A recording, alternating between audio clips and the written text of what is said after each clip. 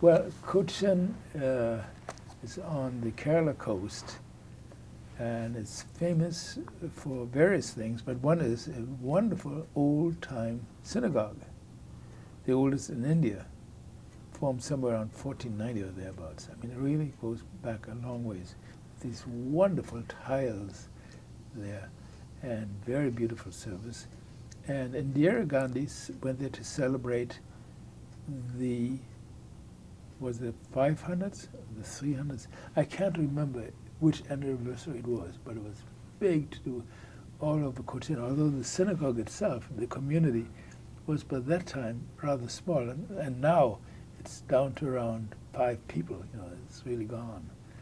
The Jews of Cochin have either migrated to Bombay, Delhi, or Israel. So there are only a few old-timers left there. It's kind of a sad state. And the synagogue now is basically a national shrine. And you can visit it as you visit any, religious shrine. But it's very beautiful, and it's built sort of like the old Chinese kind of style, with Chinese tiles and so on.